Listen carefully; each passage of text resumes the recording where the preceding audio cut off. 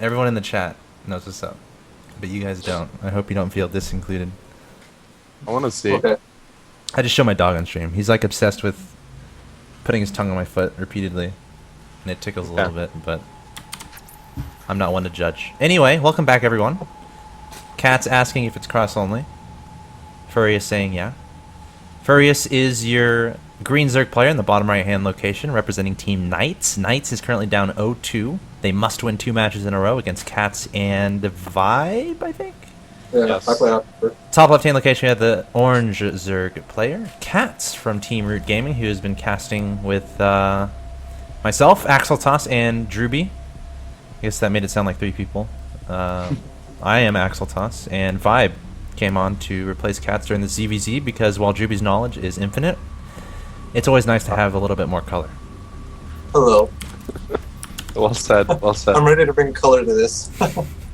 Fantastic. So, we've seen a ZVZ already on this map.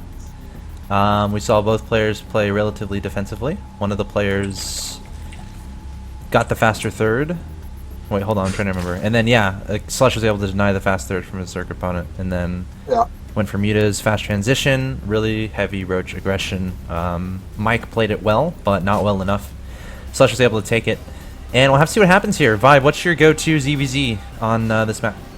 I switched it up a lot, man. I experiment a lot, but I'd say the most standard build that usually works all the time is just doing this like a maybe not necessarily a fast third, but like a relatively timed third, like maybe when your layer is about done, and then you so that allows you to fully saturate your main and natural, and then you just go into roaches and infestors. That's like the most standard ZVZ. That's like the safest all round against everything, I'd say.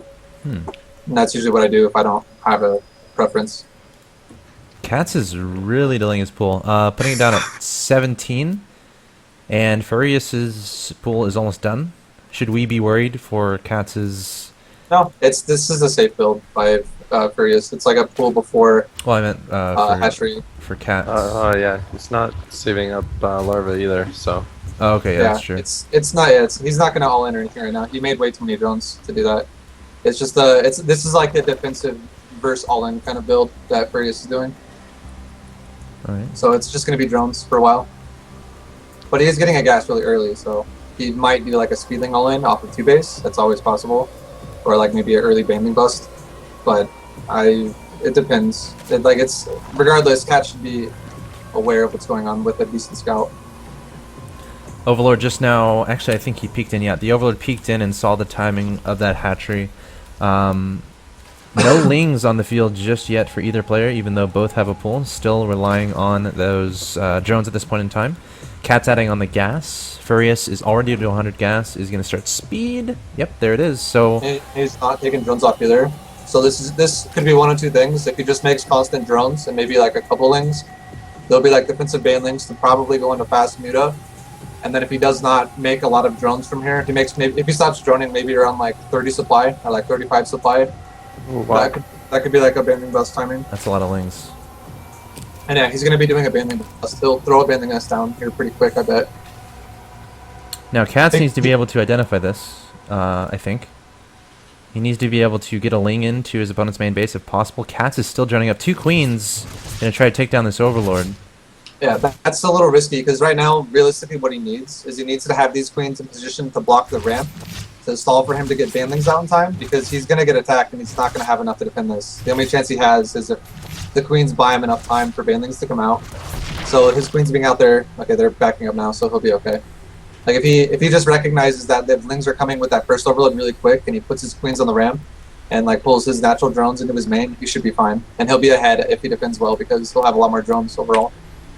Yeah, I mean, I love how Furryus is hiding the majority of his lings in that smoke back there. It's going to be really hard for Cats to be able to spot that. And that's the idea behind this. Get a bunch of lings up and ready, use all that larva on lings, and take your opponent off guard. Because if Furryus just attacks across the map right now with a bunch of lings, Cats isn't necessarily going to be prepared because he has to have the larva to be able to do that. However, he does have banelings. He does have banelings. So 2 banelings on the way. He has that spine crawler. He has 2 queens.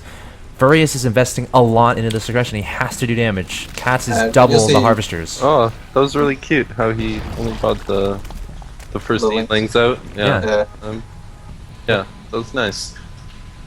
And he is Mind doing a games. Baneling Bust all in, so this doesn't really have a follow-up. So it's all going to come down to how well Furryus really controls here, because the attack like this really depends on how well you attack and not how well you defend. If the person who attacked has really, really good micro, then there's not much the defender can do, because you have like almost no units as the defender in this kind of a scenario. Needs solid connections with the Banelings, and the Ling's gonna run straight into the main base. The Baneling's not doing too much damage. No, a bunch of Banelings, actually a bunch of drones falling in the main base there of KatZ. KatZ's Baneling's not doing too much damage. He only has drones left. I think Furryus is giving himself a nice lead here, making a bunch of Lings behind this. 2 more Banelings in production. Harvester's is going on pure 26 Ling 18. production, and as long as he doesn't let these Lings in his main really do any more damage, he'll still end up ahead. Because he made way too many drones. Or not too many, but he just made a lot of drones. So even though he lost some, he's still ahead in the economy. Yeah. And Furryus still being really aggressive. 2 Banelings being sent to the natural, but those are going to get taken out. And I think KatZ is going to be just fine. Yeah, that No second spine drones. was so smart. No drones behind this from Furryus. He's still just making units. He's as all in as you can probably be. KatZ is pretty much able to identify this, considering he has an overload outside of his opponent's natural expansion. He can see the amount of Lings going across the map. Oh, 1 Baneling. That's just got us. It's like 15 third ones. This is a pretty big hit.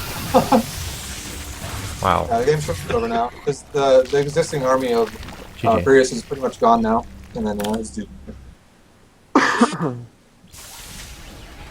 Alright, KatZ taking game 1. Root has yet to lose Alright. in Root versus Knights.